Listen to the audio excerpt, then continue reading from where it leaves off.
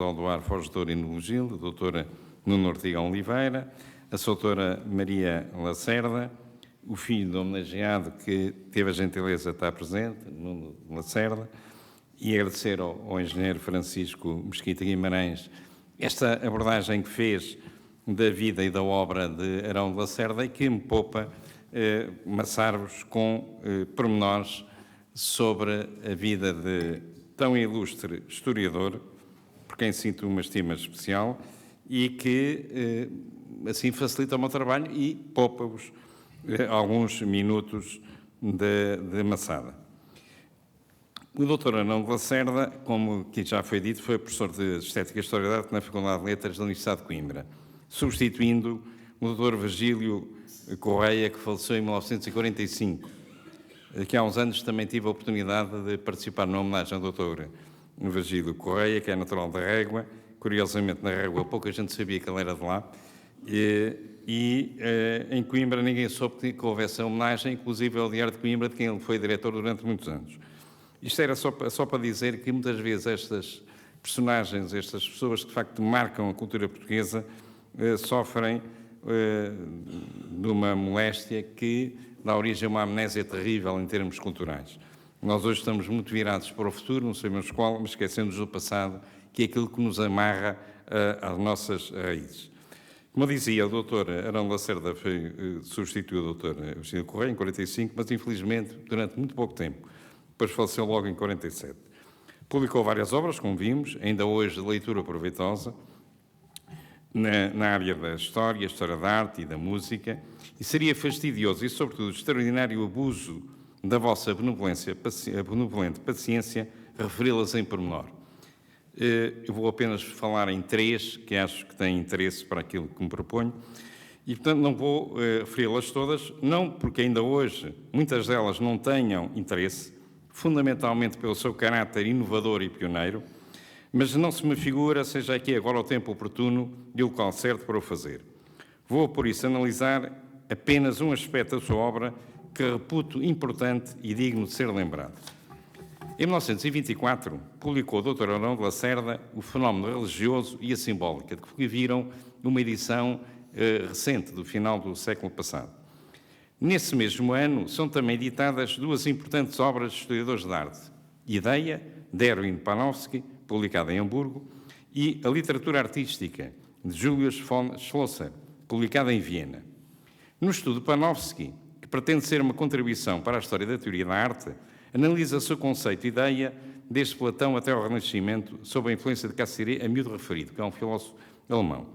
Pronuncia também a sua futura orientação filosófica, cuja aplicação mais imediata é bem visível no curso que ministra em Hamburgo em 1927, publicado com o título A Perspectiva como Forma Simbólica.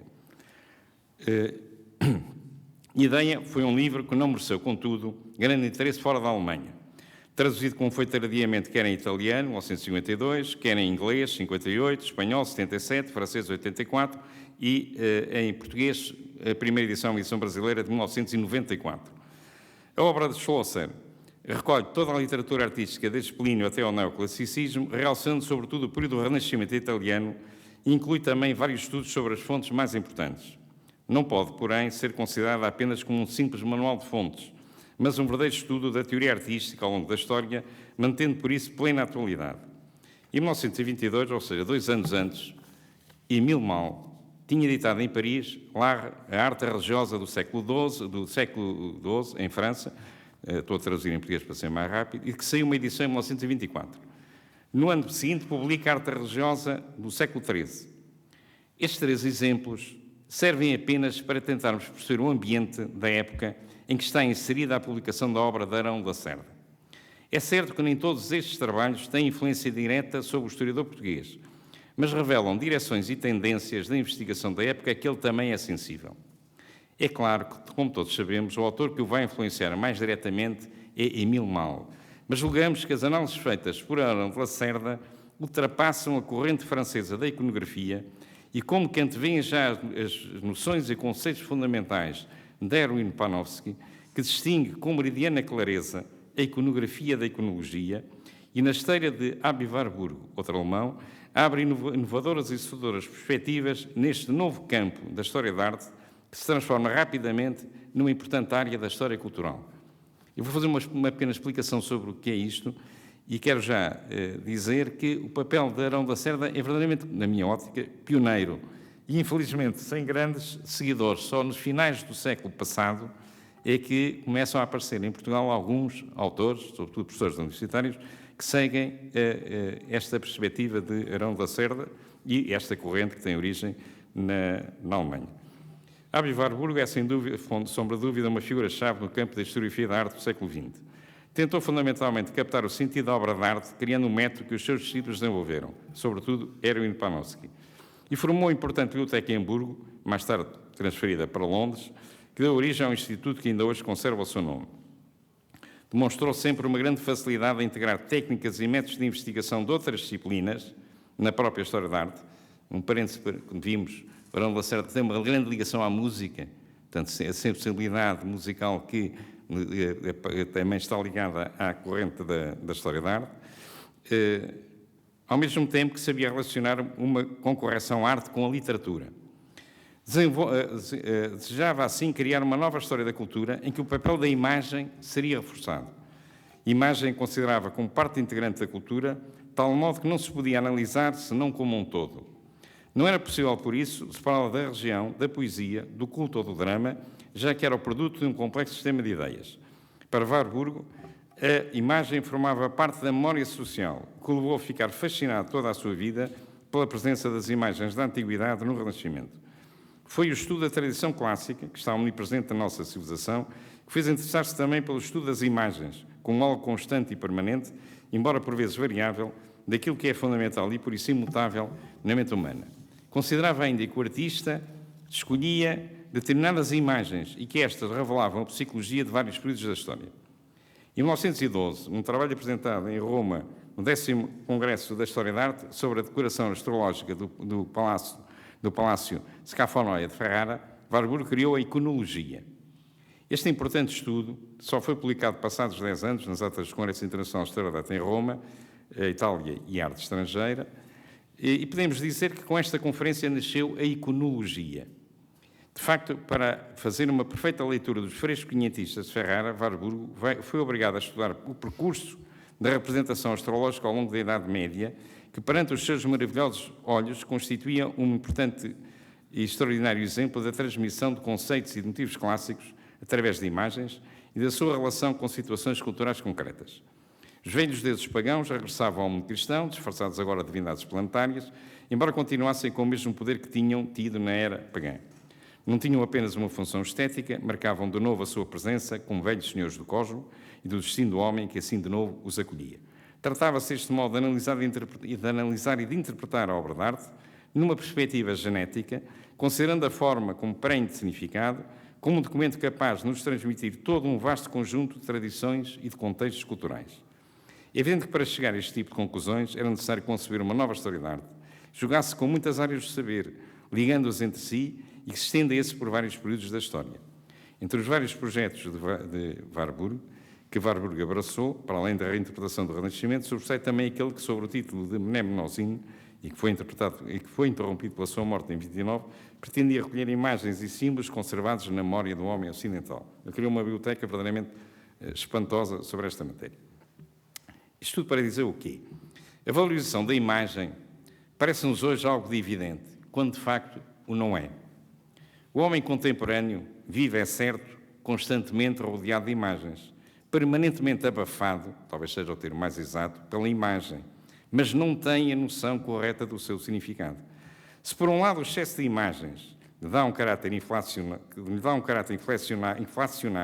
e, portanto, desvalorizado, por outro, não permite uma percepção capaz destas mesmas imagens. E se há uma ou outra que ainda fica na retina, ela é sempre completada por uma explicação adjacente, que, em alguns casos, não só é necessária, como fundamental para a sua completa compreensão. Ao contrário do que se afirma com grande frequência, não vivemos na era da imagem, mas da palavra. E mesmo alguns meios de comunicação moderna, em que a imagem é suposto ser um elemento essencial, como a televisão, devem o seu melhor impacto, junto do grande público, a programas em que todos falam. palavrosamente, isto é, juntando apenas palavras. Por vezes, durante horas, tentando captar a atenção do espectador mais pelo som do que pela imagem. Perdeu-se a noção da riqueza da imagem, como sucedia na Idade Média e no Renascimento, em que era compreendida por todos, enquanto hoje só os especialistas a entendem e só os especialistas a dão a entender. Tudo isto nos leva à dificuldade natural da percepção de uma obra de arte e à criação e desenvolvimento do chamado método iconográfico. Neste campo assume, como vimos, um papel importante Aby Warburg. Mas foi o seu mais brilhante discípulo, Erwin Panofsky, nasceu em 92 e morreu em 68, quem, com grande clareza, estabeleceu a distinção entre iconografia e iconologia e contribuiu de forma decisiva para a valorização e difusão do conceito. No seu livro Estudos de Iconologia, publicado em Nova Iorque em 1939, estabelece de uma forma nítida e sistemática o que se deve entender por método iconológico. Panofsky assinala 3 categorias ou níveis de significado na imagem visual. O primeiro é o chamado nível pré-iconográfico, isto é, o reconhecimento da obra de arte no seu sentido mais simples e linear. Consiste na mera descrição daquilo que os nossos olhos veem, tendo apenas como ponto de partida a experiência cotidiana, fazendo uma interpretação simples e, digamos, até primária. Tomemos como exemplo a Última Ceia de Leonardo da Vinci. O que para todos nós é uma extraordinária obra de arte, não passa para alguém que nunca tenha tido contacto com a cultura ocidental, de uma simples representação de 13 homens sentados à mesa para comer uma vulgar refeição. Ora, como esta interpretação é manifestamente insuficiente, é necessário passarmos para outro nível, o nível iconográfico. Neste nível se desvenda o significado convencional ou secundário da obra de arte. Pretende-se descobrir, no fundo, os diversos conteúdos temáticos. Por exemplo, uma figura masculina de barbas brancas e com uma grossa chave na mão representa o apóstolo São Pedro. Para isso é necessário recorrer à tradição cultural e dominar os diversos tipos iconográficos, personificações, alegorias e símbolos, além das fontes literárias. Só a este nível podemos interpretar corretamente um fresco em que nos aparecem 13 figuras masculinas comendo, sentadas a uma mesa, como a representação da Última Ceia, um tema axial da iconografia cristã, cuja fonte literária é o Novo Testamento. O nível iconológico consiste na descoberta do sentido mais profundo, ou seja, na interpretação do significado ou conteúdo de uma obra, tentando assim encontrar o significado inconsciente que se esconde por detrás da intenção do seu criador. O objetivo da iconologia não é outro senão encontrar, para usarmos as próprias palavras de Panofsky, os princípios de fundo que revelam a atitude básica de uma nação, de um período, de uma classe, de uma crença religiosa ou filosófica, realçados por um artista e condensados na sua obra. Deste modo, a disposição das personagens da Última Ceia de Leonardo, em que o pintor aproveita o momento de confusão e de agitação em que é anunciada a traição de Judas, refletem, sobretudo, a visão do mundo do Alto Renascimento italiano. Este esquema tripartido de Panofsky, ao mover-se das partes para o todo e do todo para as partes, dá-nos uma interpretação circular e orgânica, um verdadeiro círculos metódicos, na expressão latina do próprio Erwin Panofsky, com grande peso no contexto e no conteúdo. Além disso, a hierarquização do seu esquema recorda a que é utilizada pela exegese medieval, na qual se podia fazer uma leitura literal, tendo como base a história desenvolvida, e uma outra espiritual ou alegórica, que analisava a sua intenção oculta ou transcendental. Por outro lado, com a leitura iconográfica e iconológica, a história da arte converte-se, de certo modo, numa descodificação de símbolos. E é nessa perspectiva de Panofsky que Panofsky distingue claramente 2 tipos de símbolos. Os símbolos em sentido ordinário, próprios da iconografia, e os símbolos que são símbolos que constituem a iconologia. Os símbolos ordinários englobam um conjunto de imagens que podem ser facilmente interpretadas tendo em conta o conhecimento tradicional baseado na leitura atenta da Bíblia, que permite ler corretamente símbolos como a cruz, a Torre de Babel ou a pomba do Espírito Santo. Já não é tão simples assim com outros símbolos, pois estes implicam um conhecimento profundo de condições psicológicas, sociais, culturais, políticas, espirituais e filosóficas, que, embora de modo quase sempre inconsciente, marcaram profundamente o artista e a sua obra de arte. É claro que, nesta altura, todos nos interrogamos o que é que Herão de Lacerda tem a ver com tudo isto. Tanto mais que, tirando o texto anteriormente citado de Warburg, a obra fundamental de Panofsky sobre esta questão é publicada nos Estados Unidos, 15 anos após a vinda ao público de um fenómeno religioso e a simbólica. Parece até que nada disto vem a propósito. Aparentemente, de facto, os autores que mais influenciaram Herão de Lacerda e que cita nos seus estudos foram Émile Mao, francês, que nasceu em 1862 e morreu em 54, e ela, Kingsley Porter, um autor americano, que nasceu em 83 e morreu em 1933. O historiador francês foi um dos maiores especialistas da iconografia cristã, sobretudo com as suas grandes obras, a Arte Religiosa em França, 3 volumes, a Arte Religiosa após o Concílio de Trento. O método desenvolvido por Émile Mao tinha como base a identificação de temas, motivos e fontes textuais das várias imagens e deu origem a uma obra monumental, verdadeiramente enciclopédica, da iconografia medieval, que lembra, pelo modo como tudo se enrola, perante o leitor atento e curioso, os 4 espelhos, Specula, de Vicente Beauvais, um autor medieval, de 1190 a 1264. O primeiro é o espelho da natureza, que corresponde à criação. O segundo é o espelho da ciência, que inclui a queda, os trabalhos dos meses, as 7 artes liberais e as artes mecânicas. O terceiro é o espelho moral, trata dos vícios e das virtudes. E, finalmente, o quarto, o espelho histórico, que engloba o Antigo e o Novo Testamento e os Evangelhos apócrifos, além de textos geográficos, como a Lenda Dourada, a própria história profana e o juízo final. Kingsley Porter, o autor americano, foi um professor americano, começou por estudar Direito, tal como Herão de Lacerda, mas após uma visita às catedrais francesas, decidiu consagrar-se definitivamente, primeiro aos estudos de arquitetura e depois ao seu ensino nas universidades de Yale e Harvard. É também autor de um notável estudo sobre comparativo da escultura ligada às vias de peregrinação e de um livro monumental sobre a escultura românica. E se o autor francês é citado com frequência por Herão de Lacerda em Um Fenómeno Religioso e Simbólica, demonstra também perfeito conhecimento dos trabalhos do professor americano, mais relacionados com a iconografia, na sua obra de plena maturidade, que constituiu, sem dúvida, o primeiro volume da História da Arte em Portugal, já aqui citado, publicado no Porto em 1942. Tem 200 páginas só sobre esta matéria, desde a página 377, mais ou menos, a 580, só sobre os problemas da iconografia.